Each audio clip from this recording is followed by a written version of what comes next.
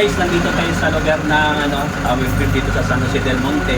Tumawag po si Ma'am Cathy sa akin kasi yung sasakyan niya may problema, ayaw umandar. So napakatiwalaan tayo ni Ma'am Cathy at ito nga po sinirbisan natin at yung baterya niya pala ay lubat na.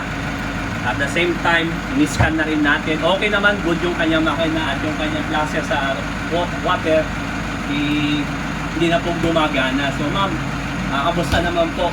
Satisfied po ba kayo sa namin? Kahit hindi ko yung pinagawa ko, ginawa rin po ni Kuya.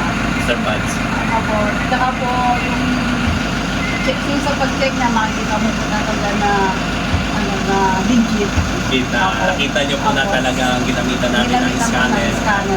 Satisfied po ba naman kayo sa mga ginawa natin? O nakita nyo naman po, hindi natin siya yung pinahaba yung trabaho para magawa lang po natin siya ng ayos. Opo. So, ano po kayo po ba ay tatanungin ko po kung may mga problema po, pwede niyo po ba ako i-recommenda po sa iba? Opo, ano po i-recommend na po kayo sa mga kaibigan ko. Kasi first time ko rin po kasi subukan po kayo. Ngayon nasubukan po kayo. Okay naman po, wala po akong masabi. Kaya pwede po kayo i-recommend sa mga iba ko.